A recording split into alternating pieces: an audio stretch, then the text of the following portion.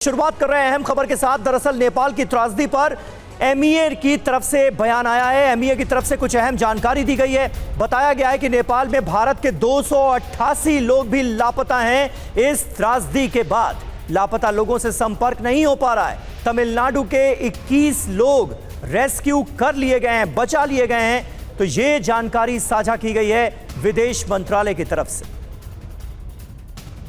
इस त्रासदी में जिसपे जो अभी तक जिसको पाया नहीं जा रहा है, जिससे कांटेक्ट नहीं कर पाया जा रहा है हम लोग, वो 288 का एक फिगर है।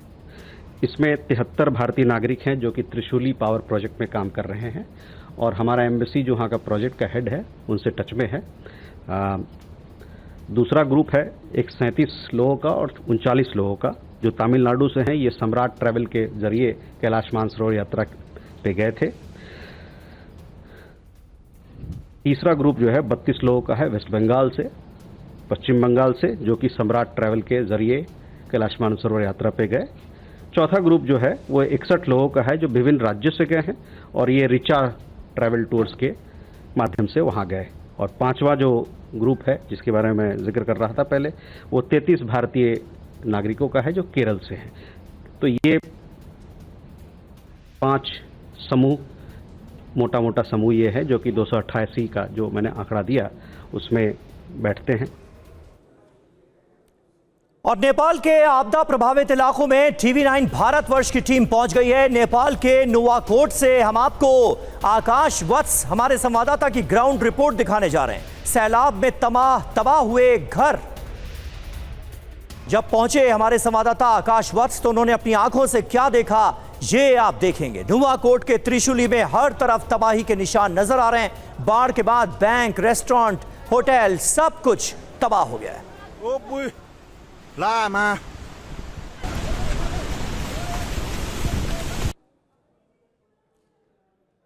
तबाही का अंदाजा सिर्फ इस बात से लगा सकते हैं कि मैं सेकंड फ्लोर पर खड़ा हूं। एक मकान है जिसके सेकंड फ्लोर पर खड़ा हूं, और पानी कहां तक था आप इसे देखकर बहुत आसानी से जान सकते हैं। यहां तक पानी था और अभी भी नीचे इतना दलदल है कि आप इसके नीचे नहीं जा सकते, इसीलिए इसे बंद कर दिया गया है। घर के जो लोग हैं वो यहां से चले गए हैं। कुछ लोग जिनका ये घर है वो मेरे साथ यहाँ आए हैं, किसी तरह जान बचाकर वो लोग भाग गए थे। हम उनके साथ भी बातचीत करेंगे, लेकिन आप इसे देखकर बहुत आसानी से ये जान सकते हैं, ये अंदाज़ा लगा सकते हैं कि किस तरह की ये तबाही थी, किस तरह का वो मंजर रहा होगा, खतरनाक मंजर, कि लोगों ने किसी भी तरीके से अपनी जान को बचाकर यहाँ से भागने में सफल रहे। हमारे साथ नवराज हैं जिनका ये घर है। नवराज, कहाँ तक पानी कहाँ तक था? पानी ये हमारा थर्ड फ्लोर है। हाँ। ये तीसरी मंजिल है। ये तीसरी मंजिल? हाँ, ये तीसरी मंजिल है। इसके आगे भी एक हमारा बंगला घर था। वो कुछ भी नहीं रहा, कुछ नहीं बचा। मतलब सेकंड फ्लोर तक पानी था। मैं आपको उस घर में ले जाकर आपको दिखाता हूं कि किस तरीके। इसके ये हमारा अभी हम जहां खड़े हैं ये थर्ड फ्लोर है। हाँ, ये थर्ड फ्लोर है। हाँ। ये थर्ड फ्लोर है। ये भी हमारा घर है, आप देख सकते हैं। ये दुकान के अंदर जो कुछ भी सामान था वो सब कुछ नहीं रहा, कुछ भी नहीं रहा। वो घर आपने यहाँ से भी अंदाजा लगा सकते हैं। वो पूर्ण रूप से क्षति हो गया है। ये मेरा डैडी का घर था मेरा। तो प्रकृति का ये रूप आप बहुत ये जो प्रकृति का रूप है उसे बहुत ये घर टूट गया, और इसके इस हिस्से में भी। मनीष, इधर कैमरा दिखाइए। ये वाला हिस्सा भी पूरा टूट गया। हाँ, वहाँ नीचे देखी, उतर देखी, सब गए। ये आपके रिश्तेदार का घर था? ये रिश्तेदार का थे, ये हमारा।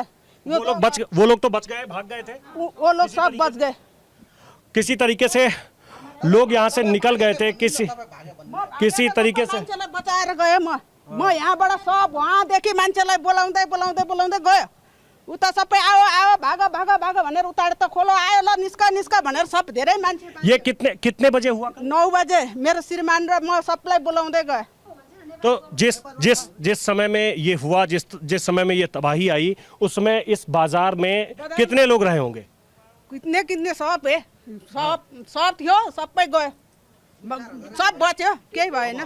यो यस्तो छ हाम्रो यो सेप्रोबेसीदेखि माथिदेखि आउँदै आएको छ। अब हाम्रो अन्दाजमा चाहिँ हामीले यहाँ 1 लाखजना हामी 1 लाख यहीँ छौँ। हाम्रो यो त्यहाँ जति पूर्ण रूपले क्षति भयो, अनि यो त्रिशुली बजार एकदम ठुलो क्राउडेड एरिया, यो क्राउडेड प्लेस हो। यो त्यो बजार देख्नु भएको छ, त्यो चाहिँ एकदम क्राउडेड प्लेस। त्यो चाहिँ त्रिशुली सानैदेखि त्रिशुली बजारको नाममा परिचित थियो। अब त्यसपछि यो ढुङ्गे बजार, यो पनि क्राउडेडै थियो। यो पनि एकदम जनसङ्ख्या धेरै भएको, यहाँदेखि विदुरसम्मको सङ्ख्या। अनि हाम्रो त्यहाँ माथि जति चाहिँ क्षति भएको छ, त्रिशुली बजारका त्यहाँका धेरै पनि क्षति भएको छ। अनि अर्को हाम्रो कुन्द्रे दिदी त्यहाँ माथि होइन, त्यो ठाउँ क्या के अरे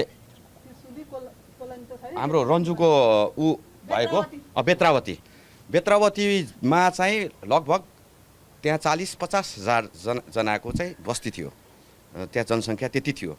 अब 40-50 हजार लोग वहाँ रह रहे थे। रह रहे थे। अब हामीले चाहिँ अहिले सुन्दाखेरि, अहिले अब हिजो घटना भयो, अब आजसम्म हामी एकदम फोनमा कन्ट्याक्ट छैन, इलेक्ट्रिसिटी छैन, सम्पर्क कन्ट्याक्ट केही पनि छैन। तो यहाँ जो लोग रह रहे हैं, जिनका मकान है, जो किसी तरीके से यहाँ से चले गए थे जब तबाही आई, और उस वक्त जब यहाँ से चले गए थे, उनका कहना है कि उनके रिश्तेदारों से, उनके परिचितों से उनका संपर्क नहीं हो पा रहा है, क्योंकि कल से यहाँ ना तो बिजली है, ना तो इंटरनेट है। तबाही के बाद से मोबाइल में बस फ़ोन नंबर है, उनसे कांटेक्ट नहीं हो पा रहा है।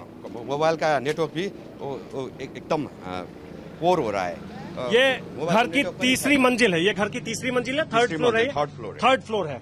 और मनीष, एक बार फिर से नीचे दिखाइए, सेकंड फ्लोर तक किस तरीके की तबाही हुई है। ये सेकंड फ्लोर है जो अभी आप देख रहे हैं, ये सेकंड फ्लोर है। यहां तक पानी का बहाव था। आप सामने देखिए, ये पूरा का पूरा इलाका जब आप दिखेगा आपको, ये उससे आप अंदाजा लगा सकते हैं कि कितना नुकसान हुआ होगा। और ये यहां से रसुआ की दूरी तकरीबन 50 किलोमीटर के आसपास है, और रसुआ से हम 50 किलोमीटर नीचे हैं। रसुआ भौगोलिक रूप से जब आप रसुआ को जानेंगे तो वो ऊपर है, बिल्कुल चीन बॉर्डर के पास है, चीन तिब्बत बॉर्डर के पास है, लेकिन हम नीचे त्रिशूली ढुंगे बाजार में है। और इस बाजार की जो स्थिति है उसे देखकर ये अंदाजा लगाया जा सकता है, ये बहुत सहज तरीके से जाना जा सकता है कि वहां किस तरीके की तस्वीर होगी, वहां का किस तरीके का माहौल होगा। अभी फिलहाल यहाँ जो लोग, जिनका मकान है, जिनके पास दुकान है, वो यहाँ एक एक करके आ रहे हैं उसे देखने के लिए। कई तरह की लोगों के पास समस्याएं हैं, और उन समस्याओं को देखते हुए वापस लोग घर तो लौटना चाहते हैं, लेकिन प्रशासन की तरफ से आप लोगों को कहा गया है कि अभी नहीं आने के लिए। होइन, प्रशासनबाट यो चाहिँ यहाँ चाहिँ अहिले बस्नलाई चाहिँ अलाउ छैन। से मैं देख रहा हूं, तब से लगातार आप देखेंगे कि ऊपर राहत और बचाव का कार्य जो है वो सेना के हेलीकॉप्टर से किया जा रहा है। रसुआ लगातार ये हेलीकॉप्टर से लोग चले जा रहे हैं, सेना के जवान चले जा रहे हैं, कुछ और जो सरकार के अधिकारी हैं, जो प्रशासन के लोग हैं, वो वहां पहुंच रहे हैं। या तो लोगों को वहां से बचाकर ला रहे हैं, या फिर वो कोशिश कर रहे हैं कि उन्हें उस स्थान तक राहत सामग्री पहुंच जाए, उन्हें खाने पीने की वो चीज़ें मिल जाए, क्योंकि अभी यहाँ तो पीने के लिए पानी भी नहीं है। पानी हाम्रो यो माथिबाट आछ, पानीलाई त्यस्तो छैन, तर अरू ठाउँमा पानीको समस्या छ। यहाँ पानी की दिक्कत नहीं है, लेकिन आगे पानी की दिक्कत है। अब मेरो यहाँ 2टा गाडी थियो, यहाँ मेरो दिदीको 2टा गाडीमा एउटा बगाएर लग्यो। अब यो जति पनि खाली देख्नु भएको छ यो ठाउँ, यहाँ पुरै यस्तै घरहरू थियो। अब यो घरहरू पूरे बस्ती, ये जितना आपको स्पेस दिख रहा होगा, ये जो खाली स्थान है, इस पर में कल सुबह 9:30-10 बजे तक यहाँ मकान था, लेकिन अभी बिल्कुल आपको ऐसा दिख रहा होगा कि ये मैदान है, कुछ भी नहीं बचा, ना तो गाड़ी, ना तो घर, ना तो लोग। और ऐसा जो मंजर बता रहे हैं नवराज जी, वो कह रहे हैं कि लगातार लोगों को उन्होंने बहते हुए देखा है, और उसके बाद जब यहाँ एक तरीके से हाहाकार मचा, लोगों को लगा कि अब वो नहीं बच पाएंगे, तो वो धीरे धीरे करके यहाँ से भागना शुरू करते हैं और अपनी जान किसी तरीके से बचा पाते हैं। यो डाँडोतिर चाहिँ जाँदाखेरि हामी धेरै सुरक्षित भयो। जति चाहिँ डाँडोमा माथि गए ती मान्छेहरू बचे।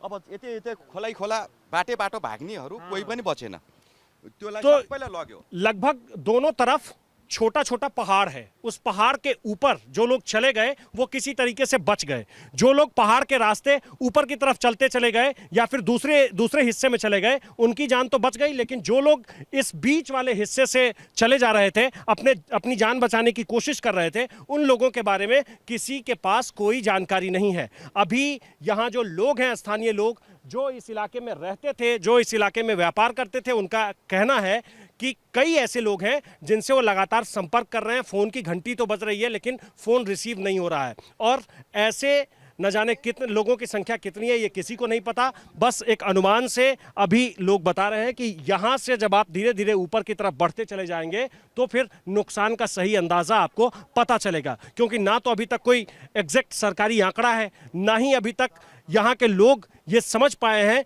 कि क्या हुआ और हुआ तो कैसे हुआ, और जब हुआ तो फिर कितना नुकसान हुआ है, उसके बारे में किसी को कुछ भी नहीं पता है। मिलिट्री ट्रेनिंग कैंप के बाहर जबरदस्त भीड़ लगी है, और कैंप के अंदर जो ग्राउंड है उस ग्राउंड में कई सारे हेलीकॉप्टर हैं जो एक साथ लैंड कर रहे हैं, एक साथ टेक ऑफ कर रहे हैं। जो लोग वहां फंसे हुए हैं उन्हें लेकर यहां आया जा रहा है, और साथ ही साथ जिनके बारे में कोई खबर नहीं है उनके परिजन यहां आपको नजर आएंगे। ये जो भीड़ है ये उन लोगों की भीड़ है जो अपनों की तलाश में आए हैं। ये वो भीड़ है जो भीड़ अपनों को खोज रही है। किसी के माता पिता घूमने गए थे, किसी के दोस्त घूमने गए थे, किसी के परिवार के लोग घूमने गए थे। लगातार हेलीकॉप्टर लैंड कर रही है, लगातार हेलीकॉप्टर का टेक ऑफ हो रहा है, और यहीं से या तो राहत सामग्री भेजी जा रही है या फिर लोगों को वहां से लाया जा रहा है। और यहाँ जितने लोग खड़े हैं वो अपनों की तलाश में हैं। उन्हें इस बात की उम्मीद है कि अब जब हेलीकॉप्टर लैंड होगा तो उन्हें इस बात से राहत मिलेगी कि उनके परिजन सुरक्षित हैं। कई सारे प्राइवेट हेलीकॉप्टर हैं, मिलिट्री के हेलीकॉप्टर हैं, वो सब सुबह से ही काम में लगे हुए हैं और लगातार यहाँ से टेक ऑफ और लैंड का काम चल रहा है। ये मिलिट्री ट्रेनिंग कैंप का ग्राउंड है, और इसी ग्राउंड में लगातार लोगों को लाया जा रहा है। आप लोग इंतजार में हैं? किस बात का इंतजार है? आपके भी लोग फंसे हैं ऊपर? फंसे है ना, अब हमारा तो लेके गए, किधर लेके गए पता नहीं। और नेपाल में यूपी के 14 लोगों के फंसे होने की खबर भी आ रही है। यूपी के 14 लोगों से अब तक कोई कांटेक्ट नहीं हो पाया है, संपर्क नहीं हो पा रहा है। परिजनों से मिली जानकारी के आधार पर इन सभी की तलाश की जा रही है। सर्च ऑपरेशन लगातार चलाया जा रहा है नेपाल में, लेकिन तमाम ऐसे लोग हैं जिनके बारे में कोई जानकारी नहीं मिल पा रही है। और ऐसे ही यूपी के 14 लोग भी नेपाल में फंसे हुए हैं और इनसे कोई कांटेक्ट नहीं हो पा रहा है। और वहीं जानकारी मिल रही है कि नेपाल में महाराष्ट्र के 88 पर्यटक भी फंसे हुए हैं। नेपाल में पुणे के 4 पर्यटकों से संपर्क हुआ है, अभी भी 84 पर्यटकों से कोई संपर्क नहीं हो सका है। और ताजा जानकारी के मुताबिक नेपाल में बाढ़ से अब तक 270 लोगों की मौत हुई है। चितवन में सबसे ज्यादा 69 शव बरामद किए गए हैं। नवल परासी ईस्ट इलाका है जहां से 62 शवों को निकाला जा चुका है। तो आप अंदाजा लगाइए तबाही का पैमाना कितना बड़ा है। जैसे जैसे रेस्क्यू ऑपरेशन आगे बढ़ रहा है वैसे वैसे मरने वालों की संख्या में इजाफा भी हो रहा है। मृतकों के आंकड़े बढ़ते नजर आ रहे हैं। और वहीं देखिए जानकारी मिल रही है कि नेपाल के धादिंग से भी 27 शव बरामद किए गए हैं। गोरखा में 20 और तनहू में 9 शव मिले हैं। इसके अलावा नेपाल के नुवाकोट में भी 12 शव अब तक निकाले जा चुके हैं मलबे से। इसके अलावा पश्चिम नवल परासी का एक इलाका है जहां से 6 शव बरामद किए गए हैं। रसुआ जो कि सबसे ज्यादा प्रभावित हुआ सैलाब से, वहां पर भी 2 और शवों को अब निकाला गया है। यह ताजा जानकारी मिल रही है।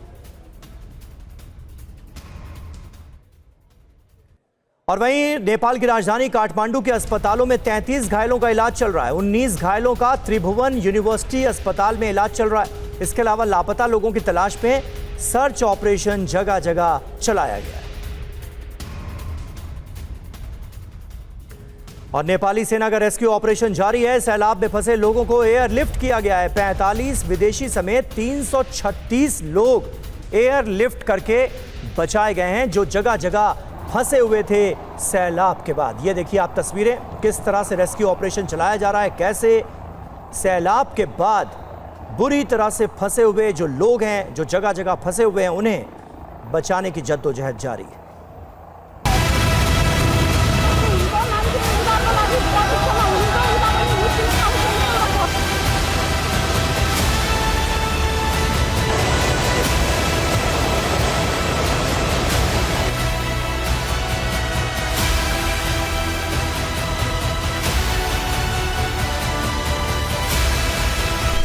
नेपाल में सैलाब के बाद तबाही का मंजर दिल दहला देने वाला है।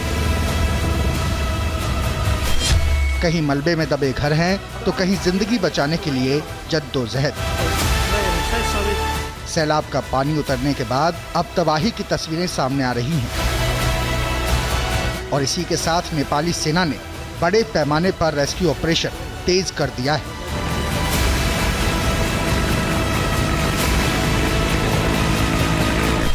मलबे में फंसे लोगों की तलाश लगातार जारी है तो रेस्क्यू टीमें लोगों को ढूंढ कर जिंदा बचाने में जुटी हैं। इन तस्वीरों में नेपाली सेना का रेस्क्यू ऑपरेशन साफ नजर आ रहा है।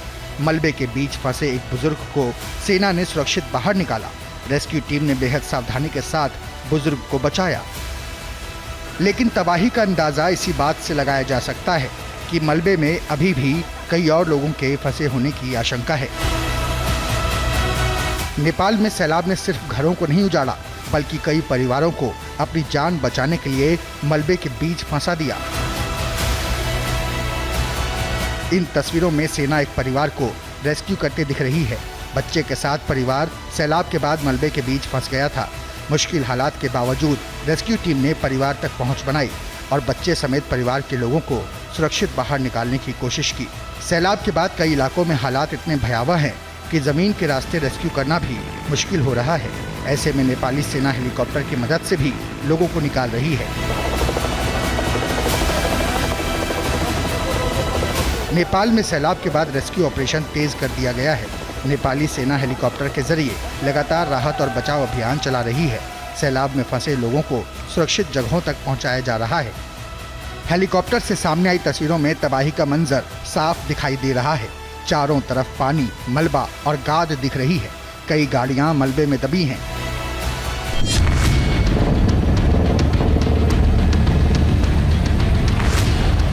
हेलीकॉप्टर से सामने आई तस्वीरों में तबाही का मंजर साफ दिखाई दे रहा है।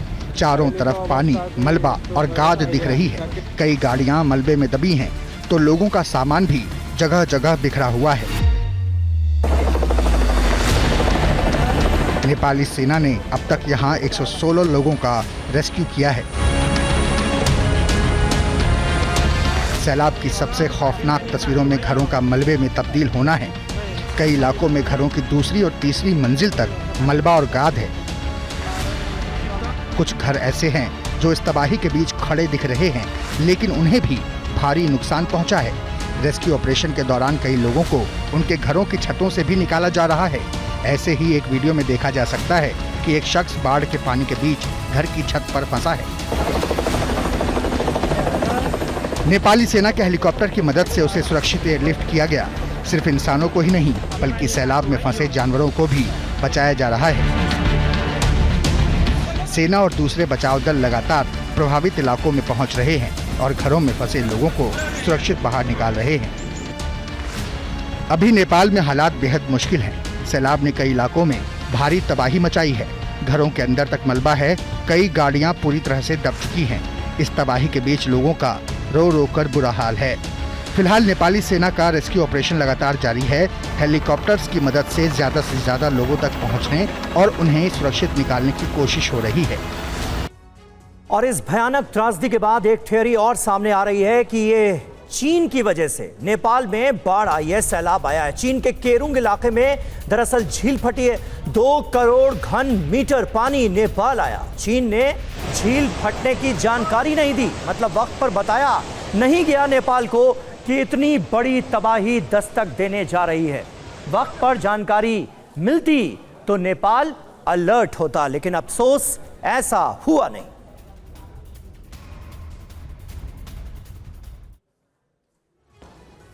तो चीन की लापरवाही, नेपाल में भीषण तबाही। सुबह 10:30 बजे चीन के केरुंग इलाके में दरअसल झील फटी। 2 करोड़ घन मीटर अतिरिक्त पानी नेपाल आ गया। नेपाल चीन के समय में 2 घंटे 15 मिनट का अंतर है। नेपाली समय के मुताबिक सुबह 8:15 बजे ये आपदा आई, ये त्रासदी हुई। चीन ने तुरंत इसकी जानकारी नेपाल को नहीं दी। चीन ने जानकारी 45 मिनट की देरी से साझा की। वक्त पर जानकारी मिलती तो नेपाल अलर्ट हो सकता था, नदी किनारे से लोगों को निकाला जा सकता था, कुछ जिंदगियां बचाई जा सकती थी, लेकिन अफसोस चीन की लापरवाही के चलते यह मुमकिन नहीं हो पाया। नेपाल में सैलाब ने इसके बाद कैसे तबाही मचाई, सैलाब के आने के बाद क्या हुआ, जरा देखिए। कुदरत की विनाश लीला, उजड़ गया नेपाल।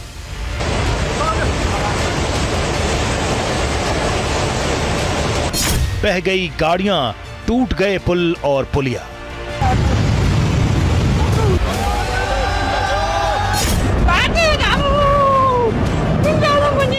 नेपाल के पहाड़ी इलाके से आया ये सैलाब अपने साथ सब कुछ बहा ले गया। इस भयावह तस्वीर को जिसने भी देखा वो कांप उठा। मौत के इस मंजर को जिसने भी देखा चीख पुकार मच गई। लोग जिंदगी बचाने के लिए भागने लगे। जिंदगी की दौड़ में कुछ भाग गए तो कुछ पीछे रह गए। इसके पीछे से जो भयानक सैलाब आ रहा है वो डरावना है। लोगों को सैलाब की आहट मिल चुकी थी। पल भर में ही यहां अफरा तफरी मच गई। लोग जिंदगी बचाने के लिए भागने लगे। देखते ही देखते ये पूरी बिल्डिंग जमीन दोज हो गई। बड़े बड़े पत्थर हवा में उड़ते दिखाई देने लगे। मौत का सन्नाटा छा गया। न जाने कितने लोग इस कुदरत के क्रोध के शिकार हो गए। नेपाल में हुई तबाही की इस तस्वीर को भी देखिए। नेपाल के साथ लगती सीमा के तिब्बत वाले हिस्से का ये वीडियो है। ये किसी बस अड्डे की तस्वीर है। आसपास कई इमारतें, यहां भी जिंदगी बचाने की रेस लगी है, लेकिन सैलाब इनका पीछा कर रहा है। लोग आगे आगे भाग रहे हैं, पीछे पीछे सैलाब इनकी जिंदगी की सांसें छीनने पर आमादा है। कुदरत के क्रोध के आगे इंसान बेबस नजर आ रहा है। कुछ मिनटों में ही सैलाब ने सब कुछ खत्म कर दिया।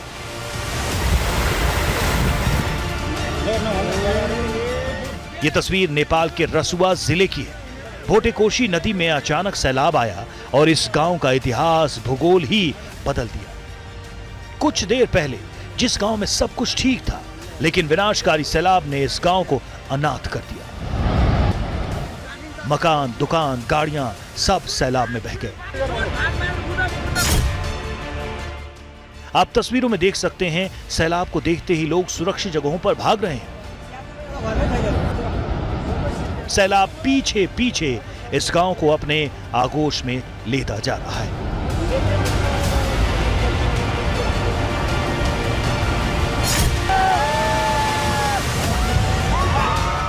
रसुआ जिले की एक और तस्वीर को देखिए, जहां 2 पहाड़ियों को जोड़ने वाला यह ब्रिज सैलाब में तिनके की तरह बहता चला गया।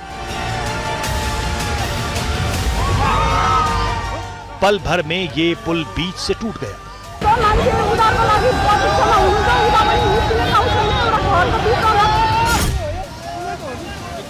इस वीडियो को ध्यान से देखिए। सैलाब के साथ पहले से ही एक दूसरे पुल का हिस्सा बहता हुआ आया और टकराते ही ये पुल तिनके की तरह चूर चूर हो गया।